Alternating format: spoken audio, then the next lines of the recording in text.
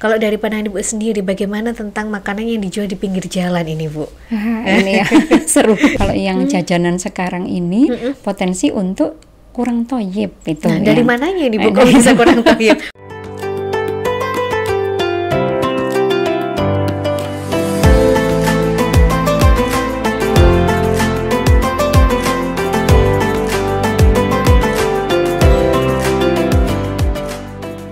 Assalamualaikum warahmatullahi wabarakatuh. Hai sahabat Maliki, bagaimana kabar Anda hari ini? Masih di bulan puasa, bulan suci Ramadan di tahun 2025. Saya doakan semoga Anda sehat walafiat, tetap menjalankan ibadah puasa dengan baik. Baik, untuk siar Ramadan kali ini kita akan bertemu dan membahas suatu tema yang sangat luar biasa, dan kita akan menyapa terlebih dahulu salah satu narasumber yang sudah hadir. Beliau adalah Ibu Eni Yulianti MSI, selaku Kepala Pusat Halal Center UIN Maulana Malik Ibrahim Malang. Kita sapa terlebih dahulu. Assalamualaikum Ibu. Waalaikumsalam. Masya Allah, ceria sekali Bu hari ini ya. Alhamdulillah. Nular nih Bu cerianya. Alhamdulillah. Baik, Ibu ini masih di suasana Ramadan kali ini. Adakah yang berbeda dengan tahun kemarin mungkin? Kalau hari ini, kalau yang tahun kemarin saya belum jadi ketua HASI. Oh iya betul ya. Yang sekarang jadi ketua HASI. Baik, gitu, melanjutkan buku. Iya, alhamdulillah ya Bu ya. Baik Ibu, hari ini kita akan membahas satu tema karena berkaitan dengan halal ya. Kita akan membahas tentang pemilihan makanan halal dan thayyib di bulan penuh keberkahan. Mungkin bisa sedikit disampaikan berdasarkan Maliki terlebih dahulu, monggo Ibu. Terima kasih Mbak Imi atas kesempatannya. Bapak Ibu semua, kalau misalnya di kita ingat bahwa perintah untuk mengkonsumsi halal dan baik sudah jelas di Al-Quran di Al-Baqarah surat 168, bahwa di sana kita ditekankan untuk mengkonsumsi makanan tidak hanya halal tetapi juga baik. Kalau halal itu adalah jelas-jelas yang diperbolehkan. Jadi kalau misalnya di Arab bilang ada kurma, kemudian apa yang tersaji, kemudian halal itu maksudnya adalah boleh gitu. Jadi yang halal itu diperbolehkan. Kalau kemudian yang thayyib itu artinya adalah selain tadi ya halal dan baik. Berarti di sini baik apa saja, bersihnya, higienitasnya, kemudian yang pasti adalah baik untuk kesehatan, baik untuk tubuh. Jadi nggak boleh kemudian kita halal saja, tetapi ternyata di situ tidak higienis atau kurang bersih, atau kemudian dalam jangka panjang dia itu sebenarnya berpotensi tidak sehat untuk tubuh, maka itu juga tidak dianjurkan di dalam agama kita. Demikian. Baik, harus selektif nih Bu ya tentang makanan ya. Betul, ya. betul. Kalau sekarang ini kan banyak sekali fenomena Bu, kalau di Ramadan adalah pusat takjil.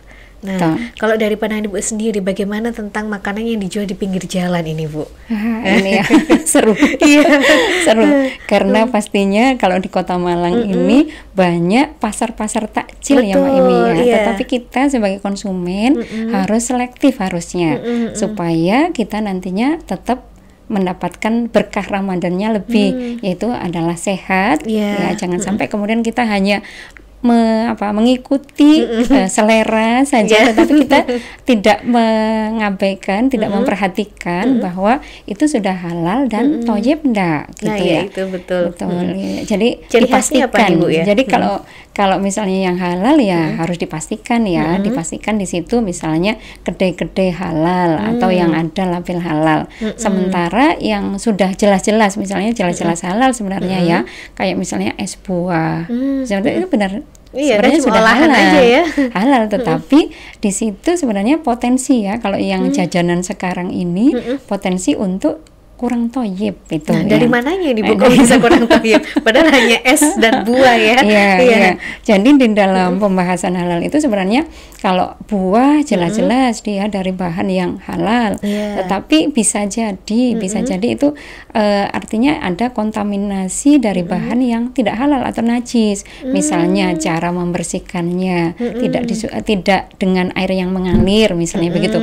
Kalau misalnya kita ngupas buah gitu ya, kita mau kupas buah potong-potong hanya misalnya ambil pindahkan begitu, tidak disiram lagi di akhirnya pada saat mempersiapkan misalnya seperti itu, sehingga kita kan itu ada najisnya enggak misalnya gitu. Jadi sebenarnya sudah halal, tetapi andai kata kurang higienis, misalnya tidak ditutup dengan rapat, seandainya di situ ada serangga, ada cicak, kemudian ada kotoran yang masuk, sebenarnya itu terkontaminasi najis. Tetapi yang mungkin yang sebenarnya kasat mata kita bisa melihat bahwa kalau sekarang ya, kalau zaman sekarang ini tidak pada seperti zaman saya kecil. Kalau misalnya pada kalau kita bernostalgia yang waktu tempo dulu misalnya orang-orang jualan takjil itu, nah ini ada satu lagi sebenarnya, seharusnya takjil itu kan dibagikan. Ini kalau saya mengutip ya.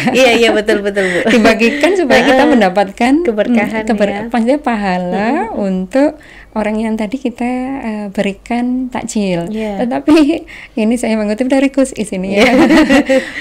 Apa namanya, ditulis jual takjil misalnya begitu. Jadi akadnya ini sudah jelas-jelas jual beli sih, tapi ya tetap kalau misalnya di situ halalnya ya tetap halal karena ekonomi masyarakat juga butuh tetapi ini tambahan-tambahan atau aditif yang biasanya ada pada menu-menu takjil. Misalnya tadi saja es buah ya.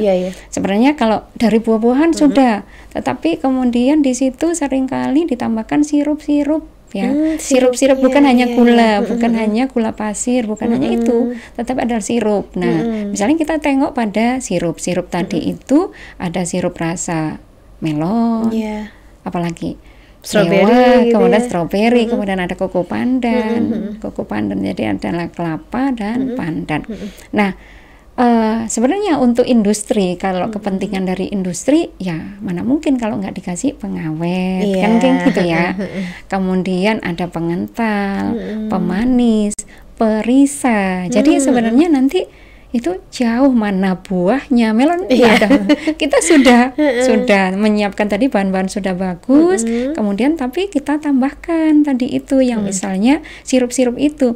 Coba kalau dicium ya Mbak Mei ya, kalau misalnya aroma melon, aroma tadi stroberi atau apa. Sebenarnya aroma-aroma ini juga sintetik yang jika dikonsumsi dalam durasi yang panjang, itu kita bisa mengganggu kesehatan tubuh kita. Seperti itu. Kalau dari buah-buahannya sudah bagus. Tapi campurannya ini belum krim-krim misalnya gitu. Itu buat pemanis tuh ya biar ini. Betul seperti itu. Jadi tentunya kita harus memilah-milah juga nih Bu ya. Betul. Tapi kalau puasa kan kita ngelihatnya condongnya yang wah pokoknya itu seger. Pokoknya seger. Kemudian mungkin ada alternatif untuk biar dari dari tampilan tetap bagus, kemudian dari rasa juga tetap bagus, tetapi mungkin kita juga tadi dari sisi toyibnya tetap dapat ya. Misalnya oh ada kayu manis supaya nanti aroma. Jadi kalau koktail zaman saya itu kan bisa kayu manis, kemudian kayu manis, pandan, itu benar-benar pandan, helaian pandan. Dan ini istilahnya sebenarnya bahan-bahan ini Allah ciptakan tidak hanya kemudian memberi aroma. Ini yang seringkali kita jangan cuma terjebak pada pandan wangi, aromanya kan bisa diganti pakai esen pandan. Tidak sampai di situ. Allah menciptakan jauh kemudian lebih sempurna Rahman Rahimnya Allah. Kemudian misalnya pada pandan aja Mbak Mia, di situ ini adalah pada pandan itu adalah dia provitamin A. Wah, baru tahu nih Bu. Provitamin A, di situ provitamin A, istilah provitamin A adalah memicu untuk tubuh menghasilkan vitamin A. Beda nanti dengan wortel. Kalau wortel kita tahu vitamin A, tetapi kalau pandan provitamin A. Jadi memicu tubuh menghasilkan untuk vitamin A. Di sini kalau sudah sampai situ panjang ceritanya, anti aging dapat. Itu bahasan lain dulu ya. Nanti kita akan bilang minuman. Mungkin kalau hanya sampai di menu takjil begitu saja sudah beres. Misalnya pendek sekali ceritanya. Tetapi kalau misalnya saya yang jual marketing gitu saya akan bilang minuman berkolagen karena nanti misalnya dengan adanya kayu manis ini juga bagus sekali untuk anti aging. Kemudian kalau pandan juga bagus sekali untuk anti aging. Maka nanti kita menunya nanti minuman full anti aging kayaknya lebih menarik. Ya misalnya gitu ya. Tapi itu tak bohong, kita bener ada.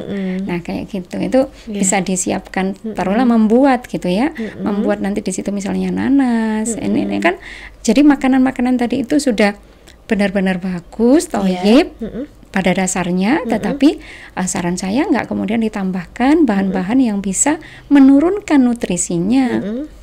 Jadi pesan saya jangan terjebak kita pada kemasan-kemasan yang kemudian di situ ditulisnya misalnya adalah tanpa menggunakan pengawet. Ini sebenarnya bahasa-bahasa marketing juga, lagi-lagi bahasa marketing. Jadi kalau misalnya di kita itu taunya pengawet itu adalah istilah untuk, karena saya backgroundnya kimia ya makanya jadi agak ngoceh di sana gitu ya. Misalnya tanpa pengawet, kita akan bilang di situ adalah tanpa natrium benzoat karena di situ adalah pengawet misalnya, atau pengawet yang lain. Tapi di sana misalnya saya nggak pakai pengawet, tapi saya istilahnya di situ saya menggunakan zat penstabil. Itu. Jadi bahasa marketingnya beda Bu ya. Stabil. Jadi kalau misalnya Mbak Mei misalnya tahunya apalah, misalnya santan ya, santan yang langsung cair, misalnya gitu ya. Jadi kalau kita punya santan yang dibikin sendiri itu kan kita bikin sore itu, kalau kita lupa ngangetin itu bisa terpisah dengan sendirinya ya. Nah itu kalau istilahnya di kami secara protein dia nggak rusak, secara tampilan dia terpisah. Nah supaya dia nggak pisah kayak gitu, saya kasih istilahnya penstabil supaya tampilannya tetap bagus. Tapi nggak pakai, saya nggak pakai yang tadi disebutkan sebagai pengawet. Tetapi sebenarnya dia nanti setelah dikasih penstabil dia awet. Gitu. Nah, Bu. Sekarang kembali ke istilahnya ke tubuh kita. Mana sebenarnya tubuh kita yang lebih bisa menerima, lebih bisa menyerap. Saya seringkali kalau penyuluhan itu Mbak Mei, saya cerita, ayo ini pelajaran penting ya, tapi seringkali bisa jadi terlewat. Kalau orang lagi sakit, kemudian dibawa ke rumah sakit atau dilarikan ke UGD, saya bilang, mana yang buru-buru dilakukan oleh dari para medis ya? Apakah cepat-cepat disuapi ataukah dipasang infus? Nah, dipasang infus kan? Iya, infus dulu. Berarti apa di situ? Pelajarannya adalah cairan, ya kan? Berarti yang mudah diserap oleh tubuh cairan. Jadi kalau ada orang sakit selera makannya turun, jangan kita malah bentak-bentak, marah-marah karena tidak mau makan. Tetapi memang cairan yang bagus adalah cairan yang bernutrisi. Yang saya bilang kalau bernutrisi tinggi, yaitu adalah yang mudah diserap oleh tubuh. Saya balik lagi ke topik yang tadi ya. Misalnya sama-sama tadi saya bilang makanan yang tadi kan tema kita adalah takjil dengan es buah. Sebenarnya itu bagus sekali pada awal kita berbuka. Jangan justru dikasih sesuatu yang tubuh itu membutuhkan energi besar untuk menyerapnya. Inilah yang memicu aging. Memicu aging maksudnya tubuh suruh bekerja keras mencari-cari, mengkorek-korek di makanan yang kita makan, yang kita masuk ke tubuh kita itu mana yang mudah diserap oleh tubuh.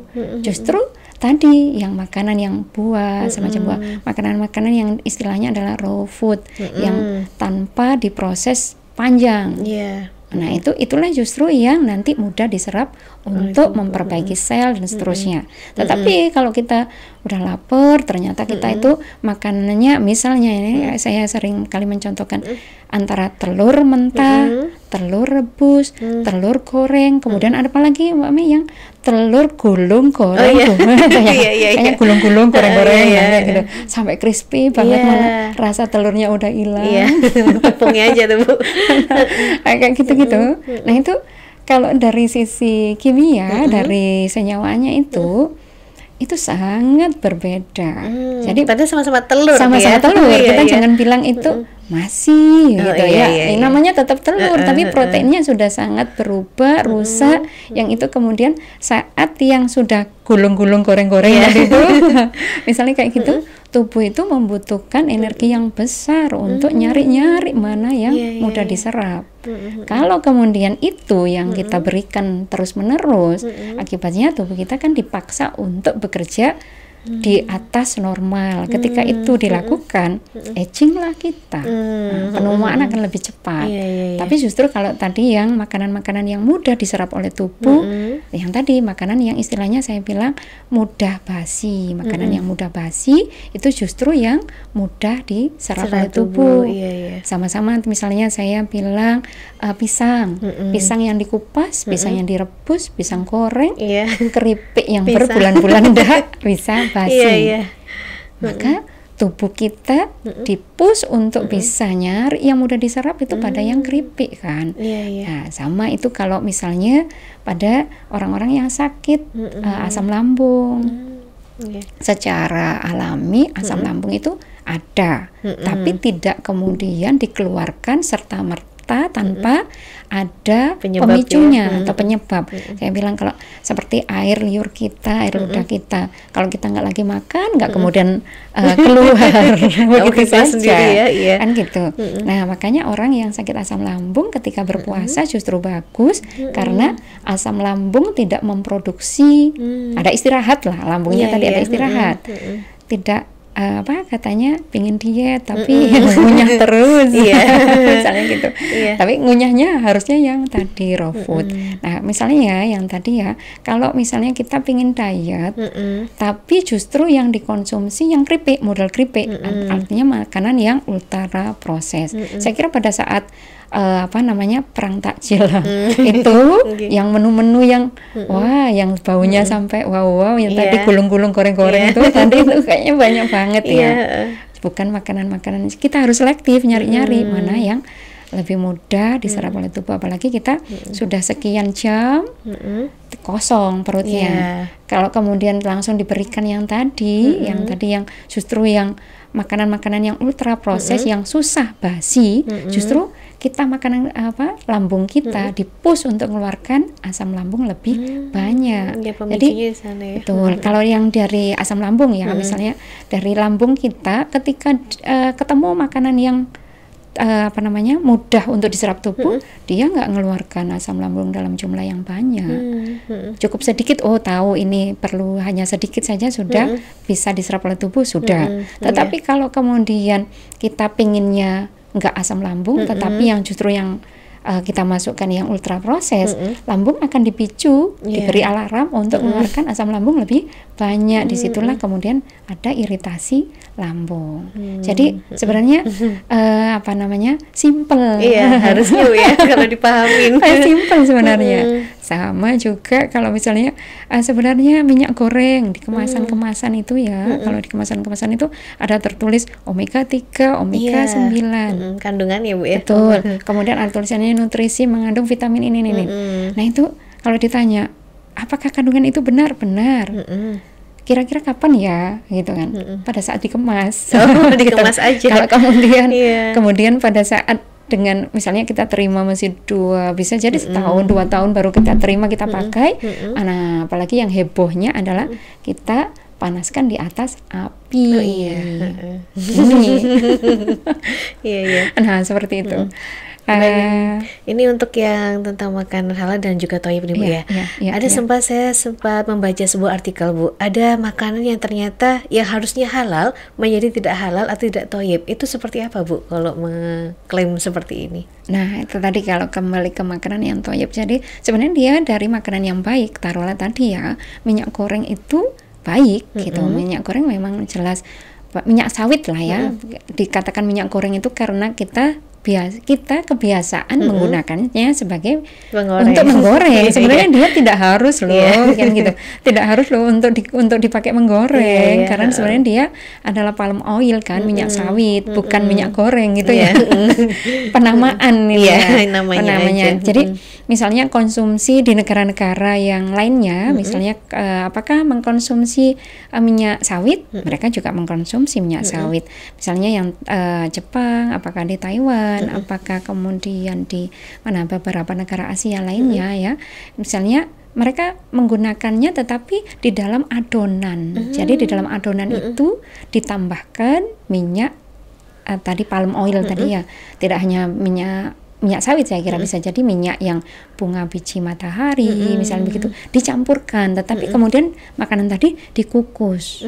Nah gitu. Sehatnya di situ ya. Iya, gini, ketika dikukus itu 100 derajat kita tahu, kemudian kalau minyak kemudian di atas kompor itu bisa 300 derajat. Memudahkan kita pahamnya, kalau kita misalnya kena cipratan air mendidih itu dibandingkan sama minyak yang kecipratan ke kita, mana yang lebih melepuh? Nah, yang melepuh yang minyak goreng. Minyak goreng, betul. Itu menunjukkan bahwa minyak goreng tadi itu memang bisa sampai 300 derajat. Nah, ketika 300 derajat kita gunakan untuk menggoreng bahan makanan kita, yang telur gulung-gulung goreng-goreng tadi itu benar-benar bisa merubah protein yang tadinya itu bagus untuk tubuh kita, bisa menjadi senyawaan yang justru menjadi radikal, yang justru tidak thayyib.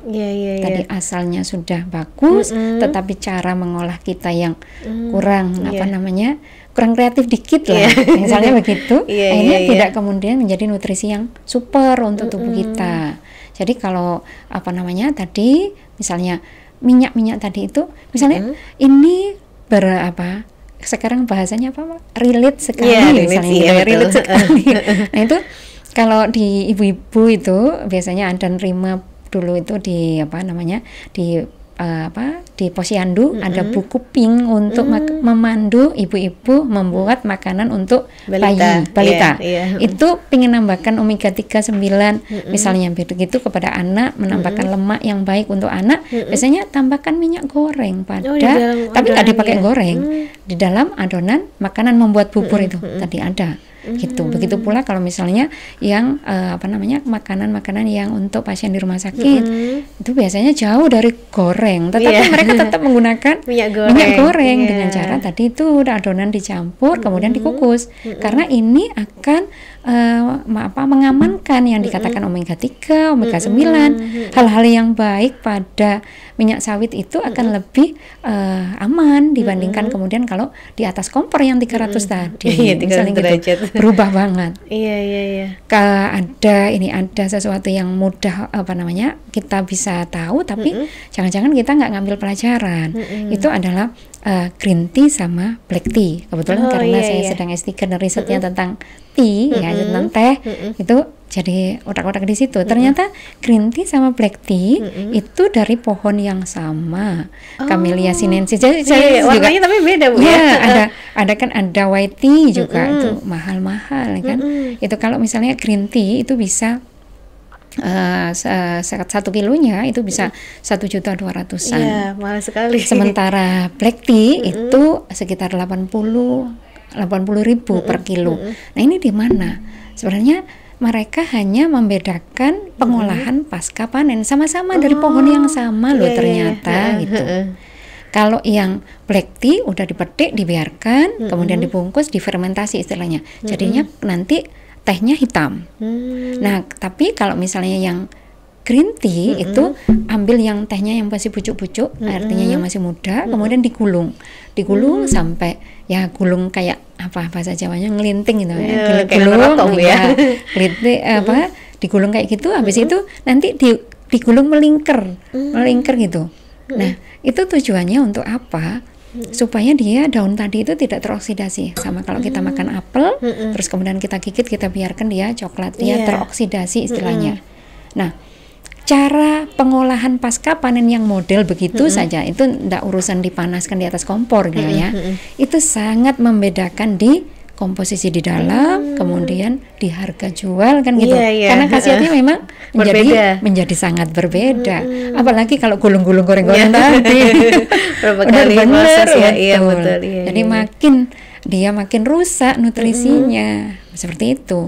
Jadi kalau sebenarnya saya kalau mikir sampai kayak itu, Allah itu sangat membuat semuanya itu simple. Kita nggak perlu capek-capek yang urusannya yang diolah, berkreasi yang sangat begini, atau kreasinya diubah.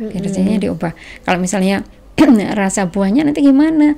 Kita bisa kalau kembali ke ini ya, misalnya dibuat rujak manis, salad buah, misalnya gitu ya, atau kemudian bisa jadi rujak serut misalnya begitu ya, supaya kita menarik jus buah misalnya begitu. Tapi lagi-lagi jangan ditambahkan gula pasir. Nah iya. Misalnya gitu. Tapi jualan selalu seperti itu Bu, untuk menaikkan ya. Jadi kalau kita pengen, kita requestnya itu, saya pengen jus buah tetapi tanpa ditambahi gula pasir. Oh iya, request Bu ya. Iya. Tips apa sih Bu yang bisa untuk disampaikan agar kita bisa memilih makanan halal dan thayyib ini? Jadi istilahnya kalau jadi yang paling utama ya kita pahami dulu apa yang kita butuhkan di tubuh kita, gitu kan tadi ya. Jadi tidak kemudian semata-mata kita hanya rasa yang enak, kemudian kita tidak terlalu mempedulikan di dalamnya. Saya kira sekarang di medsos sangat transparan melihat, mengupas bagaimana cara-cara sehat, bagaimana.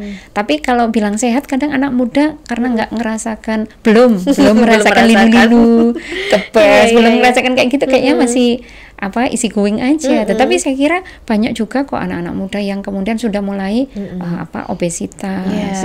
Saya sampaikan obesitas itu enggak selalu loh makan terus-menerus, ngomil terus, bukan itu. Hanya makanan, bukan hanya artinya bukan dari jumlah atau porsi makanan. Kadang kemudian saya nggak mau makanan-makanan yang berat, menolak. Tetapi kemudian cemilannya tadi itu yang dikatakan makan ringan, sebenarnya itu tidak ringan untuk tubuh. Biasanya nanti istilahnya di situ kalau kita ke snack-snack misalnya gitu ya, mager kemudian jajar-jajar itu snack-snack lagi sambil nonton Bu, kemudian laptop gitu ya, nugas kemudian mengerjakan tugas di depan laptop, kemudian snack-snack misalnya, terus kemudian yang minuman-minuman yang bersoda misalnya. Sebenarnya dia bukan pada istilahnya misalnya di situ, karena ini bahasa-bahasa marketing banget. Misalnya kita disebutkan di situ low kalori misalnya gitu, orang dia akan nyari-nyari itu ya gitu ya.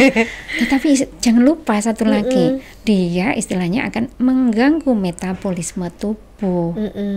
Jadi ketika metabolisme tubuh terganggu, obesitas, ya banyak hal yang kemudian terganggu, tidak berjalan dengan normal ketika kita tidak memasukkan ke dalam tubuh kita makanan yang thayyib atau yang kemudian yang nutrisi. Mana yang thayyib atau yang nutrisi, makin yang sederhana atau tidak rusak oleh pemanasan, seperti itu. Ya, tipsnya tadi itu Bu belum disampaikan. Tips memilihnya. Kalau misalnya tips memilihnya, cari yang istilahnya ketika kita misalnya di situ ada es buah, biasanya sih tambahan-tambahan kayak gitu ditambahkan, ada kita kok kadang ya yang misalnya ada ditambahkan susu, creamer. Cari yang lebih fresh, mungkin begitu. Kalau misalnya gitu kita bilang nggak perlu dikasih itu, tambahan itu yang itu aja. Request gitu dulu ya. Iya. Atau lain lagi, misalnya kita minta buahnya potong aja kali Pak. Iya. Jadi nggak usah di tambahkan yang tadi itu. Kalau misalnya yang di blender ditambahkan air, kan kita nanti ngerasanya kurang manis ya, karena jadi encer. Tetapi kalau buah potong itu kan kayaknya buah potong kan lebih kerasa manisnya dari buah itu sebenarnya. Karena kita tuh kalap mata sih Bu ya, jadi lupa seperti itu. Udah murah kalap mata, seringkali seperti itu. Baik Ibu, bagaimana untuk menuju ke halal dan thayyib ini sendiri? Kan ada beberapa di belakangnya, mungkin dari pemilihan bahannya atau mungkin seperti apa, itu bisa disampaikan mungkin Bu? Iya baik, kalau dari ini ya, sekarang misalnya yang istilahnya air mineral gitu aja ya. Air mineral ini depo-depo air minum isi ulang itu juga memerlukan, saya kira kita juga aware ya, maksudnya di situ juga ada potensi loh untuk tidak halal gitu. Padahal air putih nih Bu ya. Jelas air putih. Kemudian nanti kitanya di komen rempong amat. Jelas-jelas air mananya yang bikin gak halal misalnya gitu. Itu adalah pada filternya. Filter. Jadi ada istilahnya itu ada jebakan loh di situ, ada filternya. Filternya tadi itu bisa jadi dari bahan yang tidak thayyib. Begitu. Kemudian kalau misalnya yang kuas itu kuas itu juga ada yang dari bulu baby, bulu babi misalnya kayak gitu. B2 begitu ya. Misalnya begitu, ada dari itu. Tapi sebenarnya ketika dijual itu ada tandanya kok. Produsen kuas itu menunjukkan ada tandanya. Nah itu kita juga istilahnya aware-nya di situ. Oh yang misalnya tempat favorit kita pesan makanan yang ada mentekanya misalnya dikuaskan, misalnya gitu kita perhatikan misalnya gitu. Atau kemudian lebih ini lagi ya, kalau misalnya solusinya apa dong kalau kayak gitu gitu. Kalau kembali lagi sebenarnya mengacanya pada makanan-makanan jadul itu, istilahnya dulu kuas itu biasanya pakai ini juga loh, sabut kelapa. Iya. Nah gitu, sabut kelapa. Pokoknya juga setelah selesai memang kalau yang alami itu rawan berjamur atau apa ya harus rajin membersihkan. Seperti itu. Harusnya kita kembali ke alam untuk alam. Iya Ibu. Baik, sebelum kita tutup untuk di podcast kali ini, ada nasihat yang ingin disampaikan untuk sahabat Maliki di rumah, karena banyak sekali mungkin mahasiswa yang nonton ini nih Bu. Oke, baik, terima kasih Mbak Mei. Kalau marilah kita berusaha untuk menjaga makanan minuman yang kita konsumsi, bukan hanya di bagian halal tapi juga thayyib, karena kalau nanti saya bilang untuk sehat, sebenarnya bukan hanya untuk sehat, untuk anti penuaan. Nah gini, karena nanti ketika yang kita konsumsi tadi itu makin tidak diproses panjang, itu sebenarnya kita sangat mencegah kita untuk cepat tua. Nah hati-hati itu karena anak-anak muda kalau tidak memperhatikan itu, saya kira kerut di mata, kemudian di spot di pipi. Tidak hanya kita berpikir topikal yang dioleskan ke wajah, tetapi dari dalam itu juga penting. Jangan-jangan nanti kita jaga wajah kita, punggung kita banyak yang totol-totol. Misalnya begitu, karena kita kurang menjaga makanan yang thayyib tadi. Gitu. Baik, terima kasih sekali Ibu untuk podcast kali ini. Nah, ini kita harus lebih selektif lagi nih sahabat Maliki ya, untuk menyeleksi apa yang harus kita makan dalam bulan puasa Ramadan ini. Baik, terima kasih sahabat Maliki sudah bergabung bersama kami. Jangan lupa untuk tetap terus bersama di UIN Maliki Malang di channel YouTube kami. Jangan lupa untuk like, comment, share, dan juga subscribe. Kami tutup. Wassalamualaikum warahmatullahi wabarakatuh. Waalaikumsalam warahmatullahi wabarakatuh.